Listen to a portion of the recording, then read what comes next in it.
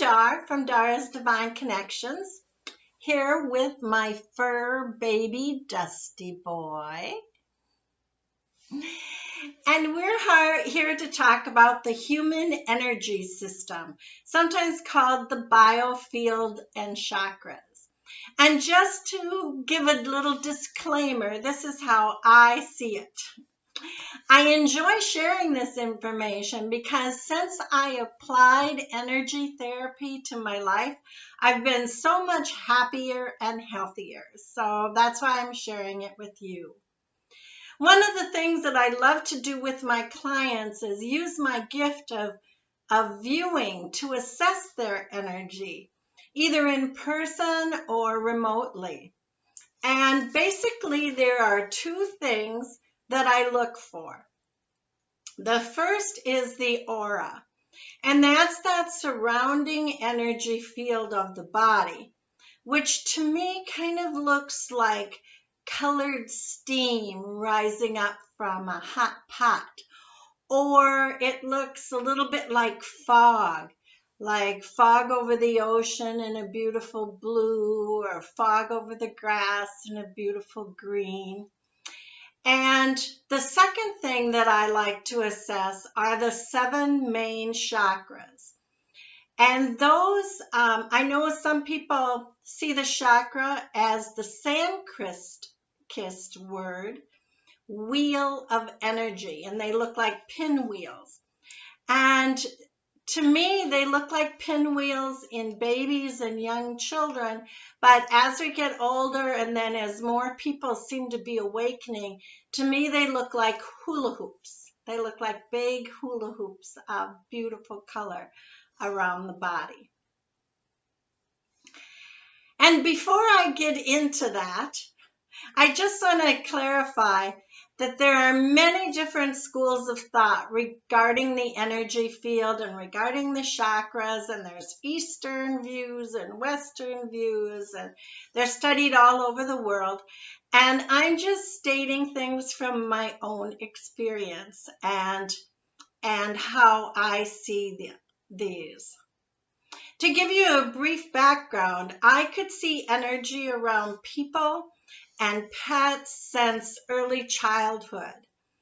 And when I really reflect back, I think I could see energy around trees and plants and grass and flowers as well. But what I really remember is seeing energy around people and around dogs. And I've always had a dog and can see their energy. The few times I shared what I saw during my childhood, I was pretty much quieted. Either with the saying, children should be seen and not heard, which thank goodness that's outdated. Or if I got my words out, they'd say, oh, she's our creative one. She's the creative one in the family.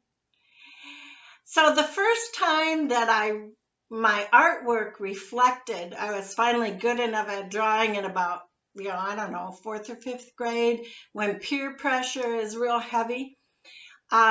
People would question me, my classmates and the teachers would question me on what I was drawing. And I seemed to be, especially when I added color, it was all wrong. There were these shadows around people and these beautiful colors around some and not so beautiful colors around others. And I pretty much got the 3rd degree. So I learned really quickly that I needed to have my art reflect the reality of the teachers and my peers to get approval. So I went through a stage of actually tracing scissors and tape containers and tracing everything.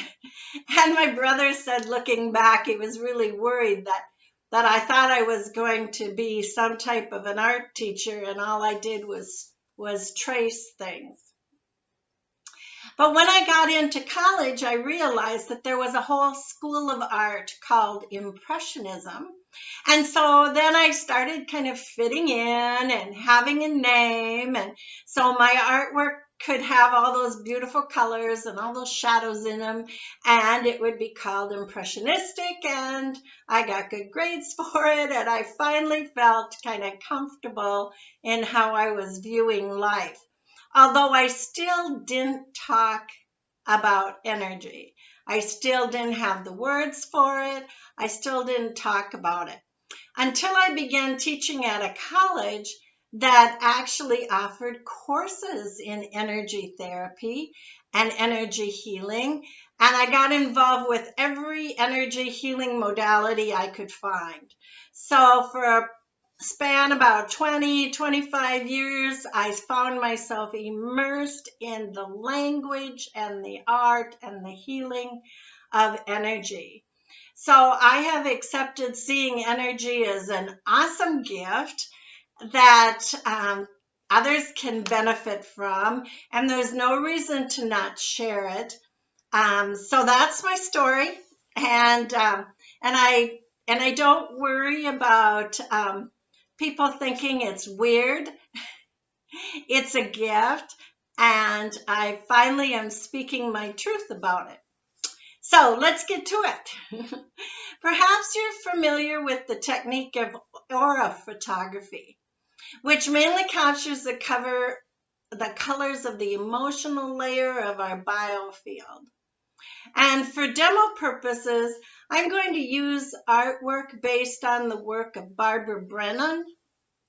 She has several healing books out over the years, and this diagram is a combination of many of her art illustrations.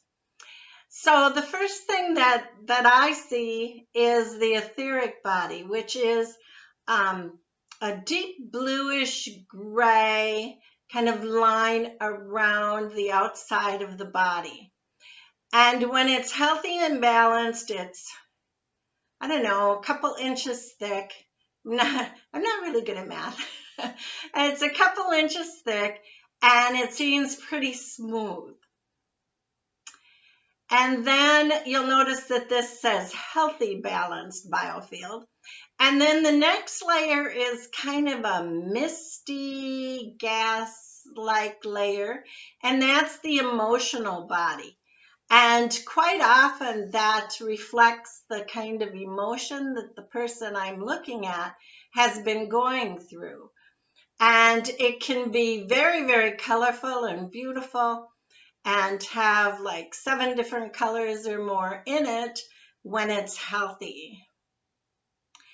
Then the third layer is the mental body, and again, it's more of a solid looking, smoother body.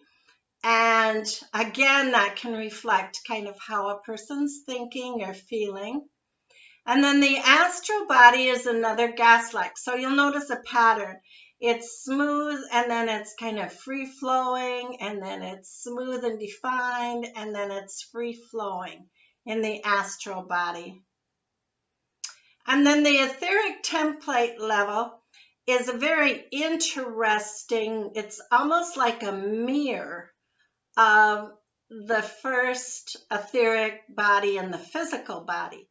So that's a great place for energy therapists to kind of untangle threads and do a lot of work in there. The next one is the celestial body, and then the etheric template body. And if you're familiar with putting a citrine globe of protection or a globe of protection, some people do a bubble of protection. That's usually what they're talking about, is just reinforcing that etheric template body.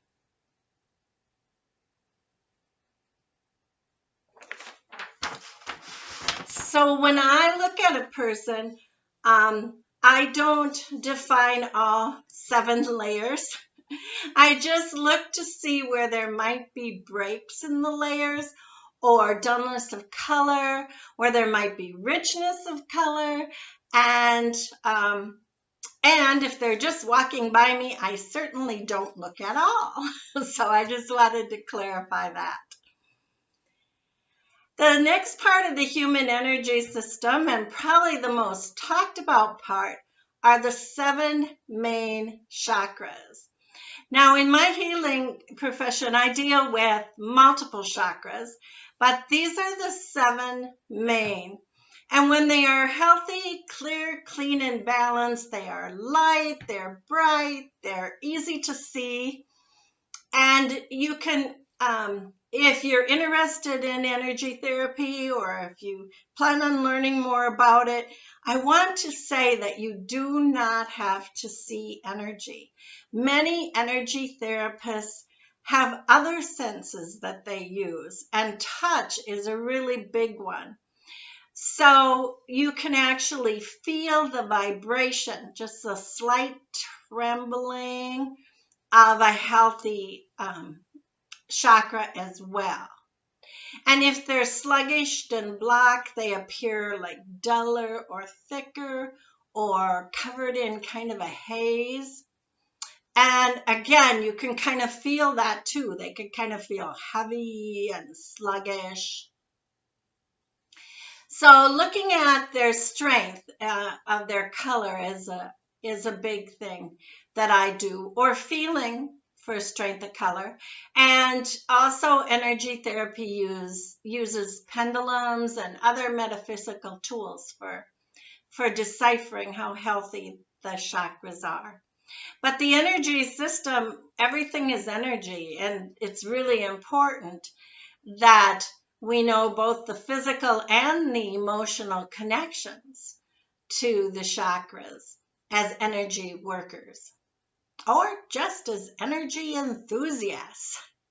Anyway, there's an entire list of metaphysical tools that resonate with each chakra.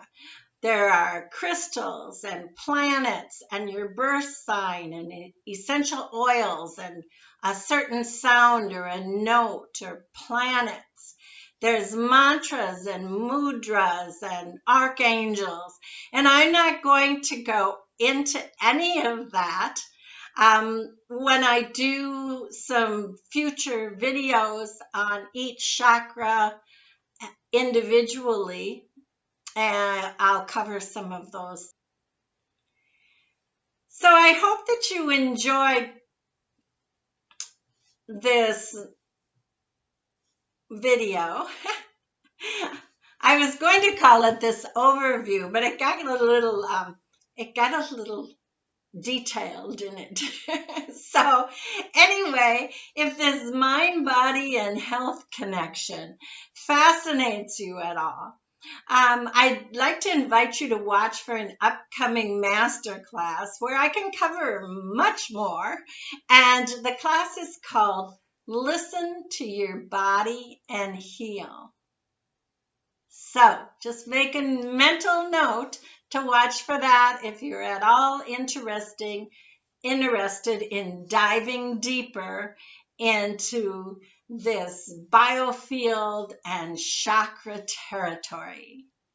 Otherwise, until then, I'll see you on my free Friday Facebook card draws every Friday at noon Central. And until next time, say bye-bye, Dusty Boy. Blessings your way.